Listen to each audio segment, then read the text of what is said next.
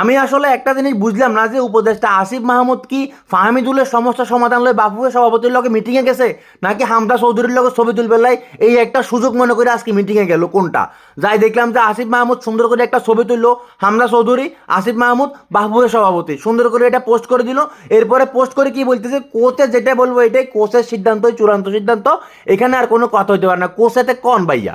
শামীম আহমেদ মনে ভাই বলছিল যে এত হচ্ছে বাঙ্গির ফোলা, আসলে এত হচ্ছে জেনুইন টাঙ্কির ফোলা, এত যে গুয়ের টাঙ্কির ফোলা। এই টাঙ্কির ফোলার কারণে বাংলাদেশ ফুটবল ফেডারেশন বাফুফের মানে এখন যাচ্ছে তাই অবস্থা। ভাই সোজা কথা তোমরা কই দো না, বলে আমরা সিন্ডিকেট লে মারামারি করতে একটা সিন্ডিকেটের কিছু টাকা আমাদের পকেটে ঢুকিয়েছে, আমরা এখন সিন্ডিকেট যা বলে তা।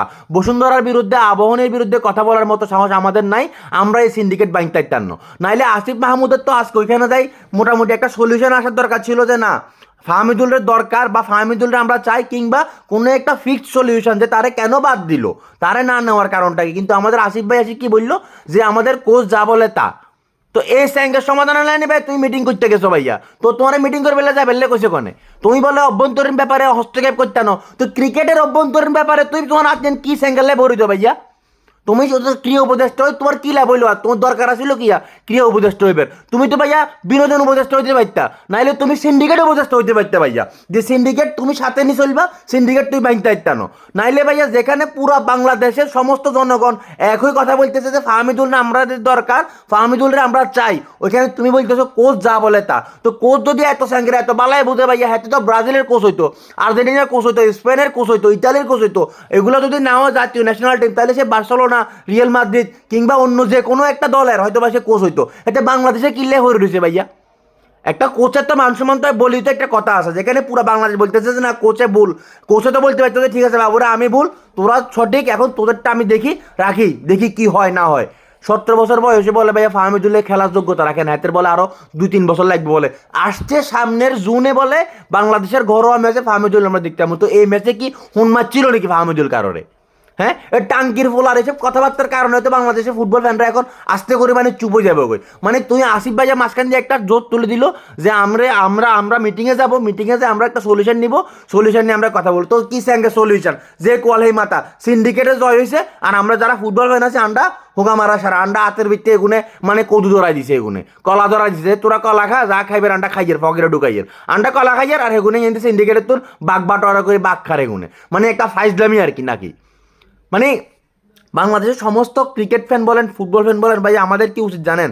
এই ধরনের খেলা একদম টোটালি বাদ করে দেওয়া ভাইয়া। মানে আমরা আর খেলার প্রতি ইন্টারেস্টেডই না, আমরা আর খেলা চাই না। আমাদের রাজনীতি দরকার, আমাদের নতুন সরকার ক্ষমতায় দরকার, আমাদের রাজনীতি করতে হইব, সিন্ডিকেট করতে হইব, আমাদের সিন্ডিকেট করে পকেট পুড়তে হইব, পকেট পুড়ে এরপর আমরা ওই যে কানাডার ইয়াতে যাই এরি বেগম পাড়ায় যে আমাদের ঘর বানাইতে হইব, আর নাইলে আমরা অনলাইনে বিটকয়েন কিনি আমাদের ব্যবসা করতে হবে। এখন আমাদের এটা টার্গেট হইতে হইব। খেলাধুলা ভাইয়া আমাদের বাংলাদেশের লাইনও ভাইয়া, আন্ডা বাংলাদেশের কাম হচ্ছে গরু চড়ান, ছাগল চড়ান, ধান খেতে ধান লাগান, নাহলে কৃষিকাজ করেন ভাইয়া। কোন সুদানির ভূতে যে খেলাটা বাংলাদেশে আনছিল, হেতে জানা রাতের খোদা জানা, নাহলে কোনো দরকার ছিল না ভাইয়া। আমাদের এসব খেলার কোনো মনটা বুঝি না ভাইয়া, আমরা সারা জীবন পরাজিত। এই সিন্ডিকেট আন্ডা কথা কই আসলে কোনো লাভ হইতো না, সিন্ডিকেট আন্ডা বাইতে না, কারণ সিন্ডিকেটের হোগা অনেক বড়, সিন্ডিকেটের হাত অনেক শক্ত। এই হোগায় যে কেউ ঢুকি যায়, এই হাতে যে কারো ধন ওনারা নরম করে ফেলতে পারে। নাইলে অন্ততপক্ষে আজকে তো একটা ভালো একটা রেজাল্ট আশা করতে পারতাম আমরা, যে না এই সিন্ডিকেটটা ভাঙে গেছে, এখন আমরা ফাহমিদুলটা আমরা দেখবো ভারতের বিপক্ষে। যদি রে ভাইয়া তোরা ভারতের বিপক্ষে ম্যাচটা হারস, ভারতের ম্যাচে যদি হারস রে, তোর 14 গোষ্ঠী আছে না, সার্ভে ছিল 2 বেলা মুসাবি ছালার বুস ছালা গল যাচ্ছে, তা তো কররে জানি চেন্নে কররে, কথাবার্তা কোয়ার মতো কেউ নাই।